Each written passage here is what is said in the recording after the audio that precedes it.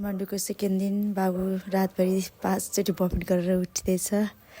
अनि त्यसपछि हामी खाजा खाएर ट्याक्सीमा चढेर जेनरल चाहिँ निन्द्रा लागिसकेको थियो, 11 बजिसकेको थियो। अनि मेरो प्रिन्सिपल म्यामको घर थियो, त्यहाँ खाना बोलाउनु भएको थियो माथि वैसीपाटतिर। खाना खाएर अनि हामी चाहिँ कहाँ घुम्न जाने भनेर अझै अनि छम्पी जाम भन्ने कुरा थियो। छम्पीमा चाहिँ वन्डरल्यान्डमा पनि टाढा हुन्छ, अनि उता तौदा जाम भन्ने टाढा हुन्छ भन्यो। हाम्रो वैसीपाटी हुँदै फेरि यता नक्कु पुल हुँदै हामी चाहिँ यता लास्टमा चाहिँ लभिल मलमा चाहिँ माथि टुटुस वर्ल्ड भन्ने छ, त्यहाँ नि 1 घन्टा 1.5 घन्टा खेलिहाल्छ, त्यहाँ टाइम स्पेन्ड भइहाल्छ। बच्चाहरूलाई अनि लिएर गयो हामीले। कविता आइसकेको थियो अनि अङ्के र म चाहिँ पछाडि ट्याक्सीमा गएको थियौँ। त्यसपछि उनीहरूले लिफ्ट चढाएर माथि गयौँ हामी। माथि टपमा चाहिँ छ टुटुस वर्ल्ड चाहिँ। बच्चाहरू एक्साइटेड भइरहेको छ मेरो चेनल जस्तो यहाँ चाहिँ। अनि त्यसपछि हामी टुटुस वर्ल्डभित्र छिर्यौँ अनि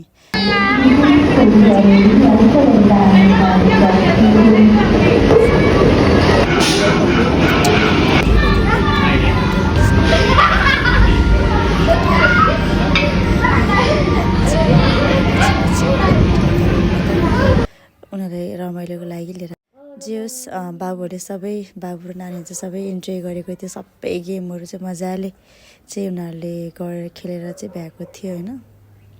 जस्तो यहाँ सकि नसकि खेलिरहेछ, जस्तो हेरेर पनि त्यहाँ नआएर के बनायो हजुर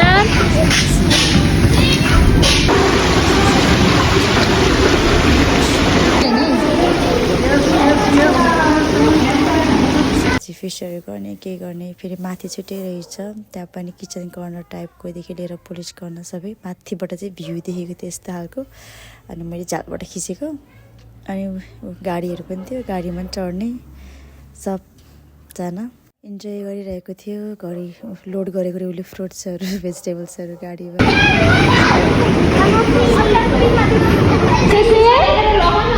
कहाँ जाने हो हेलो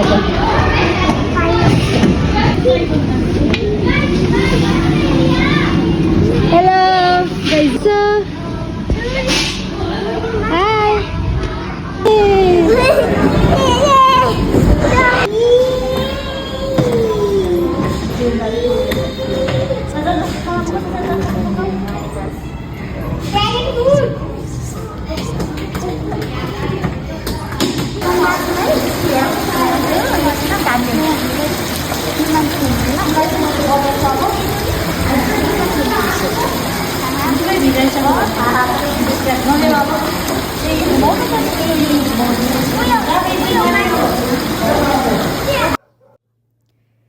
त्यसपछि हामी लिफ्ट चढेर हाम्रो गेम सकियो।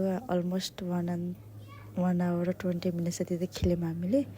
खास 1 आवरको चाहिँ 1000 पे मेरो अङ्कल मेरो साथी हो, त्यो म हो।